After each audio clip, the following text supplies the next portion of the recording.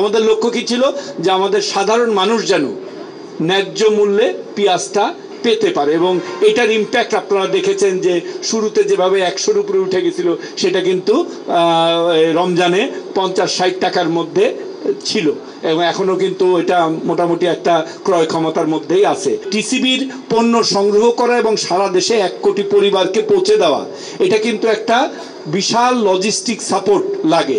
এটাকে কিনা, এটাকে সংরক্ষণ করা এবং এটাকে ডিস্ট্রিবিউশন করা তো অত্যন্ত সুচারুভাবে দায়িত্বশীলতার সাথে করে যাচ্ছে। আমরা যেন আরও স্বচ্ছভাবে, আরও সময় মতো আমরা সব পণ্যগুলি যথাযথ জায়গায় পৌঁছে দিতে পারি, সেই জন্য আমাদের কার্যক্রম আছে, অব্যাহত থাকবে, এবং পণ্যের সংখ্যা যেন আমরা বাড়াতে পারি সেটা আমরা পরামর্শ করে, আমাদের জনপ্রতিনিধি আছে, সুশীল সমাজের প্রতিনিধি আছে, আপনারা চিন্তিত মতামত দিবেন যে কোন কোন পণ্যগুলি আছে।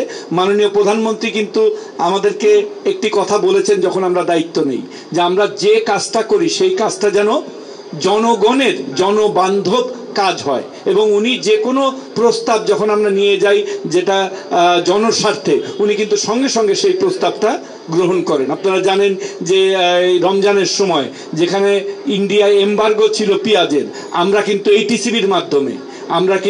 টিসিবির মাধ্যমে ট্রেনে পেঁয়াজ এনে রমজানের ঈদের আগেই কিন্তু আমরা পেঁয়াজ দিতে সমর্থ হয়েছি।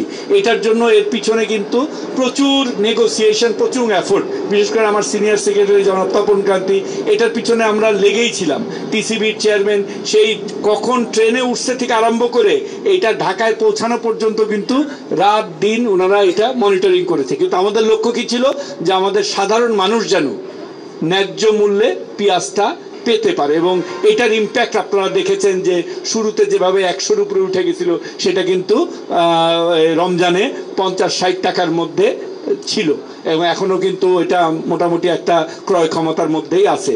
তো আমি আপনাদেরকে ধন্যবাদ জানাবো, বিশেষ করে মিডিয়ার ভাইদের, যে আপনারা ডে 1 থেকে আমাদেরকে সহযোগিতা করে আসছেন। আশা করি আপনাদের এই সহযোগিতাটা থাকবে, এবং আমরা আগামীতে আরও কিভাবে সাধারণ মানুষের জন্য আমরা এই দ্রব্যমূল্যটা ক্রয় ক্ষমতার মধ্যে এবং সকল জিনিস যেন মানুষের নাগালের মধ্যে থাকে, এটাই আমাদের প্রয়াস, এটাই আমাদের চেষ্টা। আপনাদের সকলকে নিয়ে যেটা আমরা সফলতার সাথে করতে পারি, এটাই আমাদের লক্ষ্য।